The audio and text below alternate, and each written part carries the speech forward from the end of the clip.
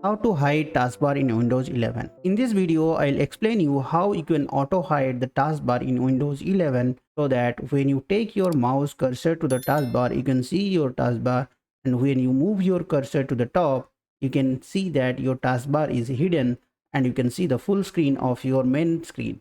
Please watch this video till end so that you don't miss out any of the steps.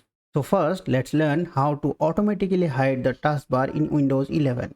You can go to the taskbar, right click, click on taskbar setting, and scroll down, and under taskbar behavior, click on that and scroll down again, and here you can find automatically hide the taskbar.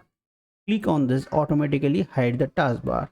If you minimize, if you take your mouse to the taskbar, you can see your taskbar, and if you take your mouse out of the taskbar, you can see your full screen in your desktop.